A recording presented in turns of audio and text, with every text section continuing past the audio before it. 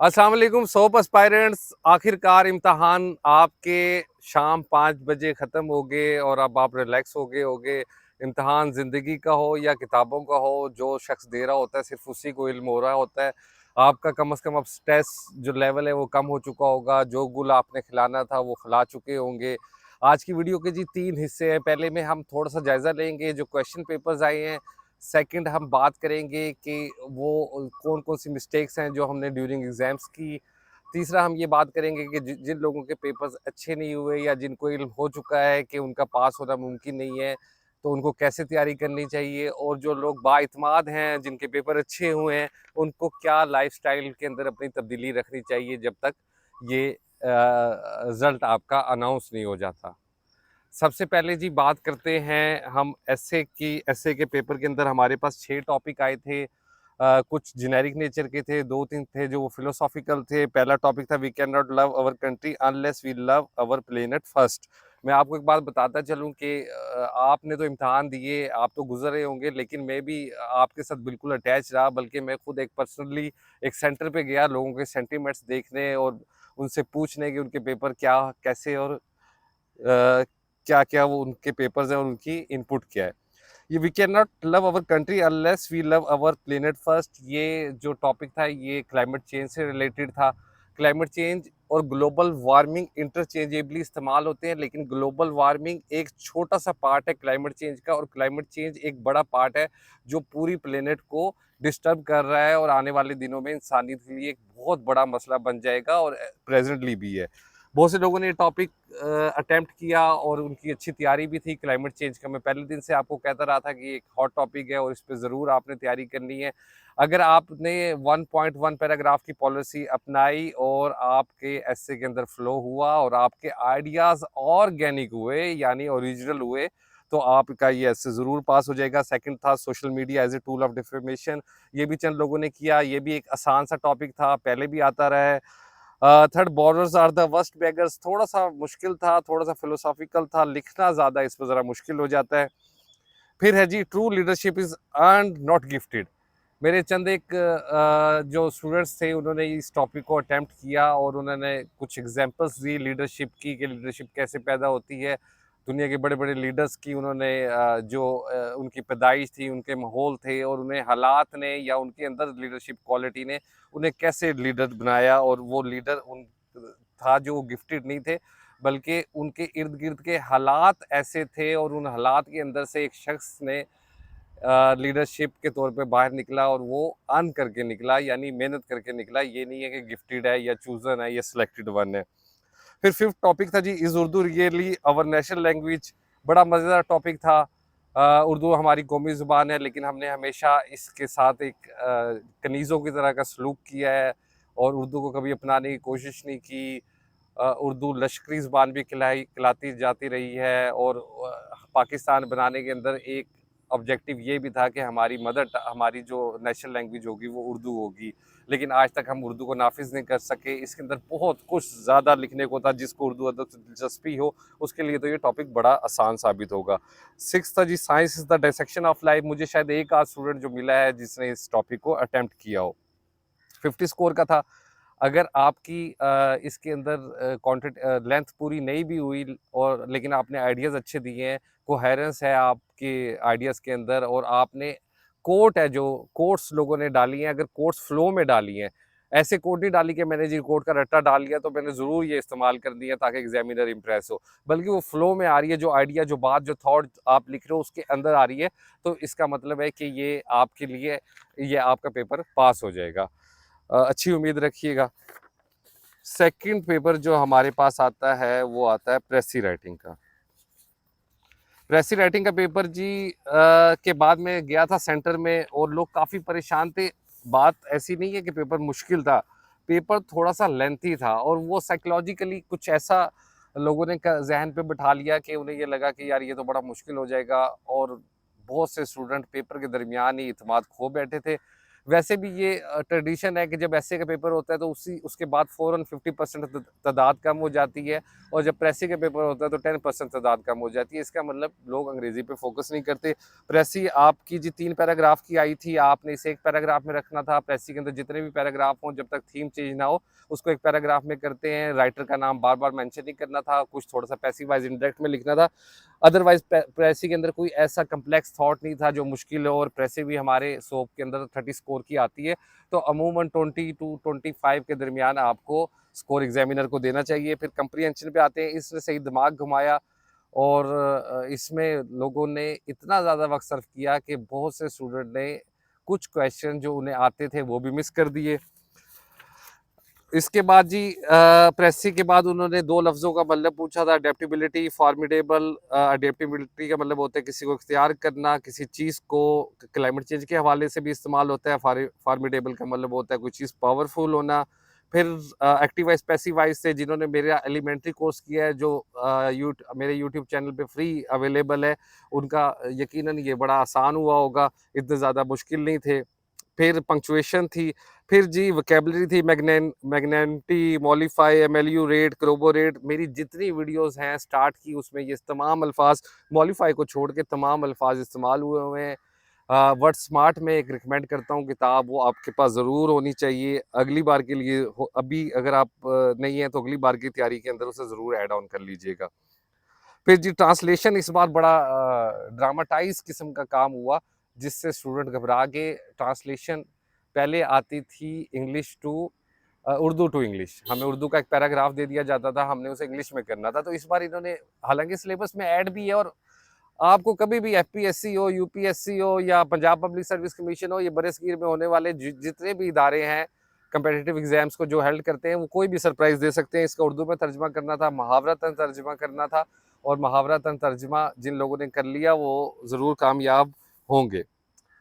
प्रेसी के अंदर अगर आपकी इंग्लिश के अंदर अगर आपकी प्रेसी ठीक हुई है, और प्रेसी वाकई ठीक हुई है, प्रेसी ठीक होने से मुराद में ये समझता हूँ कि अगर आप ये एक्सपेक्ट कर रहे हैं कि 20-22 स्कोर आपका आ जाएगा, तो आप समझ लें कि इसमें आप बासानी पास हो जाएंगे। मौसम इंतहाई शदीद था, इस शिद्दत के मौसम में आपने पेपर दिए, आपको सैल्यूट तो ज़रूर बनता है। अगला पेपर आते हैं जी जीके पेपर 3, एवरीडे साइंस में milky way, contribution of Pakistan in the evolution and development of science and technology. थोड़ा सा डिफिकल्ट था जिसने ना पढ़ा हो। फिर जी addressing the serious problem emanating from global warming climate change, जिसने क्लाइमेट चेंज पे ऐसे तैयार किया, उसका ये आसानी से हो गया होगा। इस्लामियात, Pakistan affairs, current affairs, generic question थे, कोई कम्प्लेक्स नहीं था। ट्रेडिशनल प्लस जेनेरिक क्वेश्चन थे, कोई ऐसी चीज़ नहीं थी जिसके अंदर आप फंसे। जिस स्टूडेंट्स के मतलब मैं ज़्यादा परेशान था, स्पेशलाइज्ड पेपर फॉर OM2। इसके अंदर सिविल सर्वेंट एक्ट के सेलिएंट फीचर्स आ गए, मेजर माइनर पेनल्टीज आ गई, लीव ऑन फुल पे, हाफ पे। जो लोग एडमिन में काम करते होंगे उन्हें तो शायद पढ़ने की ज़रूरत भी ना पड़ी हो, और ये पेपर भी कोई इतना ज़्यादा मुश्किल नहीं था। फेडरल पब्लिक सर्विस कमीशन के फंक्शंस शॉर्ट और कंप्रीहेंसिव जिन लोगों ने जवाब दिया होगा उनका अच्छा स्कोर आया होगा। फिर मेरे पास जी 2 ऑप्शनल हैं। हिस्ट्री ऑफ पाकिस्तान इंडिया का पेपर अभी 5 बजे ख़त्म हुआ आज की तारीख के अंदर। कन्वेंशनल सवाल भी आए। पाकिस्तान अफेयर्स के जो नोट्स मैंने स्टूडेंट्स के साथ शेयर किए थे, उन्हीं में से सब कुछ आया है। इतना ज़्यादा मुश्किल नहीं था, हाँ लेंथी ज़रूर था। बहुत से लोगों ने जी ये शिकायत की कि राइटिंग स्पीड, हालांकि मैं पहले दिन से आपसे अर्ज़ करता रहा था कि राइटिंग स्पीड का आपको ज़रूर प्रॉब्लम होगा। आप देखो, जो CSS के बच्चे हैं उन्हें भी होता है, क्योंकि अब लोगों में लिखने का रुझान कम रह गया। फिर ये जो MBA हो गया और इस तरह की इंजीनियरिंग होगी, इस तरह की जो रिलेटेड डिग्रीज़ हैं उसके अंदर लिखने का काम ही बड़ा कम हो गया। यूनिवर्सिटी के अंदर अमूमन कंसेप्चुअल स्टडीज चलती है, तो वो जो राइटिंग स्पीड है वो नहीं उनकी बन पाती।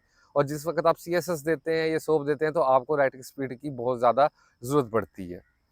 अब जनाब 2-3 क्वेश्चन जो आप मुझसे यकीनन मुस्तकबिल में पूछने वाले हैं, मैं उसका जवाब आपको अभी दे दूं। पहला क्वेश्चन तो ये है कि जी पहली क्यूरी आपकी ये होनी चाहिए कि इसका रिजल्ट कब आएगा।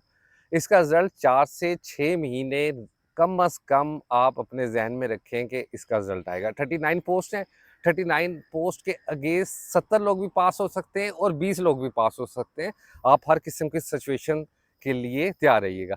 4 से 6 महीने में रिटन का रिजल्ट और 3 महीने में आपके इंटरव्यू होंगे और 3 महीने आपको एसटीआई यानी सेक्रेटेरिएट ट्रेनिंग इंस्टीट्यूट पहुंचने में वक्त दरकार होगा। और जो ही आप एसटीआई के अंदर ज्वाइन करेंगे तो आप प्रोबेशनर ऑफिसर ग्रेड 17 का आपको स्टेटस मिल जाएगा। अब जो जिन लोगों के पेपर बहुत अच्छे हुए हैं उन लोगों को ये चाहिए कि एक तो वो ये अखबार का को की आदत को मत छोड़ें। इसको इसी तरह बना लो जिस तरह हम खाते पीते हैं, या एक एडिक्शन होती है, कुछ लोग नस्वार रखते हैं, सिगरेट पीते हैं, वॉक करते हैं, इसी तरह की इसको एक पार्ट ऑफ लाइफ बना लो। आपको महसूस ही ना हो कि इसके अंदर कोई बर्डन है या हमें मुश्किल हो रहा है। अब अखबार आप पढ़े हो, उस अखबार के अंदर आपको कोई अरेबियन सी की बात आती है तो अरेबियन सी फ़ौरन जाके आप गूगल पे देख लो, कोई लफ्ज़ मिलता है तो उसे गूगल पे देख लो। अब आपको बहुत ज़्यादा पेन लेने की ज़रूरत नहीं, बस आप अखबार पढ़ते रहें। एक आध बुक अगर आप ऐड करना चाहते हैं अपने ज़ौक़ और शौक़ के मुताबिक, वो ऐड कर लें। इसके अलावा डॉक्यूमेंट्रीज़ सुनें आप, और आप जो है अपना एक्सपोज़र को आहिस्ता-आहिस्ता बढ़ाने की कोशिश करें, मुख्तलिफ़ किस्म के इश्यूज़ को अंडरस्टैंड करने की कोशिश करें। ये तो उन लोगों के लिए जिन लोगों के पेपर 100% हुए हैं। जिन लोगों के पेपर 100% नहीं हुए और या 50% हुए हैं, या उन्हें यकीन है कि वो इस बार पास नहीं हो सकेंगे, या वो लोग जो 2 पेपर दे के उसके बाद उन्होंने ज़हमत नहीं की कि हम बाकी पेपर दें, उनसे मेरी गुज़ारिश ये है कि आप दिल मत छोटा करो।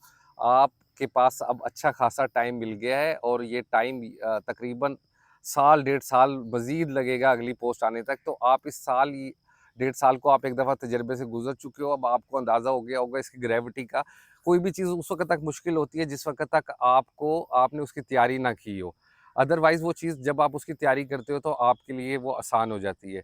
तो आप आज से तैयारी शुरू करो। तैयारी कैसे शुरू करोगे? यार देखो, अब आपको ये भी अंदाज़ा हो जाना चाहिए कि कॉम्पिटिटिव एग्ज़ाम्स का जो सारा सिस्टम है वो अंग्रेज़ी ज़ुबान के इर्द-गिर्द घूमता है।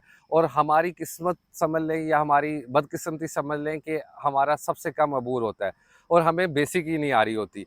आप मुझसे पढ़ना चाहें या आप किसी एकेडमी जाना चाहें, मैं आपको ये वाज़िया कर दूँ, जब तक आपकी बेसिक इंग्लिश राइटिंग नहीं होगी, आप आगे नहीं बढ़ सकोगे और कोई भी आपको नहीं पढ़ाएगा। मैं तो कम से कम इस तरह की फ़ीस लेने की, इस तरह की वेज लेने की बिल्कुल हक़ में नहीं हूँ। अगर मेरे पास कोई ऐसा स्टूडेंट आता भी है जिसकी बेसिक ठीक नहीं है, तो मैं उससे कहता हूँ भाई बेसिक ठीक करो। लेकिन वो जो दुकानें एकेडमीज़ खुली हुई हैं, वो बिल्कुल तैयार बैठे होते हैं आपकी खाल उतारने के लिए, और आपको भी लगता है कि मैं ये बस जाऊँगा और मेरी तैयारी हो जाएगी।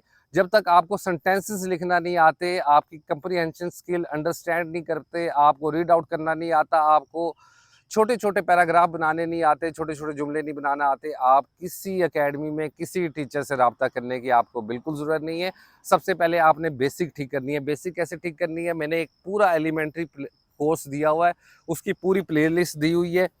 ये इस तरह की किताब है। ये किताब आप उस वीडियो के डिस्क्रिप्शन में जाके डाउनलोड भी कर सकते हैं। मेरे से कॉन्टैक्ट करके मेरे नंबर पे आप राब्ता करके ये पीडीएफ में ले सकते हैं। इसकी एक्सरसाइज़ेज़ आपने खुद आपने इसकी हल करनी है। ये एक मेरे स्टूडेंट का एक रजिस्टर था जो मैंने रख लिया था। इस तरह आपने हल करके फिर वीडियो के साथ मैच करके सेल्फ करेक्शन करनी है, ताकि आपको पता चल जाए। ये साहब और इस जैसे बहुत से साहब जिन्हें बिल्कुल अंग्रेज़ी नहीं लिखनी आती थी, आज वो सीएसएस ऑफिसर्स बन चुके हैं और ग्रेड 17 के अंदर अपनी सर्विसेज दे रहे हैं। इसके साथ आपने वोकैबुलरी इम्प्रूव करनी है, और आप बिल्कुल किसी तरफ वो लोग जो अगला सौंप देना चाहते हैं और उनकी अंग्रेज़ी कमज़ोर है, किसी तरफ तवज्जो न दें। कम से कम आप अपनी अंग्रेज़ी को इम्प्रूव करो। मैं बड़े यकीन, वसूख, तजर्बे और मान के साथ आपको कह रहा हूँ कि एक दफ़ा आपकी बेसिक राइटिंग स्किल्स इम्प्रूव होगी तो आपके लिए सोप की तैयारी करना ज़्यादा मुश्किल नहीं होगी। देखो यार, मैं क्योंकि सबसे ज़्यादा ना मैं क्लोज़ हूँ सोप फैमिली के साथ। हालाँकि बड़ी छोटी-सी फैमिली है, बड़े थोड़े से इसके जो हैं ऑडियंस है। लेकिन जब से मैंने यूट्यूब चैनल शुरू किया तो मेरी सबसे ज़्यादा जो रहनुमाई या कोशिश रही वो ये थी कि मैं सोप एस्पायरेंट्स के लिए कुछ कर सकूँ। इसके बावजूद कि मैं जानता हूँ कि ये बड़ी स्मॉलर ऑडियंस है। तो आप भी कुछ लोग इस पे तवज्जो दें और आज से पढ़ना शुरू करें। आप बाहर बैठ के सारा ड्राफ्टिंग, नोटिंग कर रहे होते हैं और अंदर एक साहब मेरे जैसा या कुछ कोई और जैसा बैठा होता है और वो 4 गलतियाँ निकाल के उसको पुट अप कर देता है। ये सिस्टम नहीं चलेगा। ये सिस्टम अभी भी आवाज़ें उठना शुरू हो गई। ये आहिस्ता-आहिस्ता तब्दील होगा और आपने ज़रूर डेड एंड करियर में बैठना है। आपका हक नहीं है कि आप आगे बढ़ें, और आगे तभी बढ़ सकते हैं जब आप डिटरमिन्ड होंगे, जब आप खुद फैसला करेंगे। ये तो चीज़ें थी जी जो मैं आपके साथ शेयर करना चाह रहा था, और जो जो गलतियाँ जो जो प्रॉब्लम्स सोपस पेरेंट्स के हुए वो मैंने आपके साथ शेयर की। बहुत कम स्टूडेंट्स थे जिन्होंने बहुत अच्छी तैयारी की। मैं मानता हूँ कि करियर के साथ, नौकरी के साथ, अज़वाजी ज़िंदगी के साथ करना मुश्किल है, लेकिन करना तो आपको पड़ेगा। अपना ढेर सारा ख़्याल रखिएगा और मुझे ज़रूर बताइएगा कि आपको किसी किस्म की कोई क्यूरी हो। अल्लाह हाफ़िज़।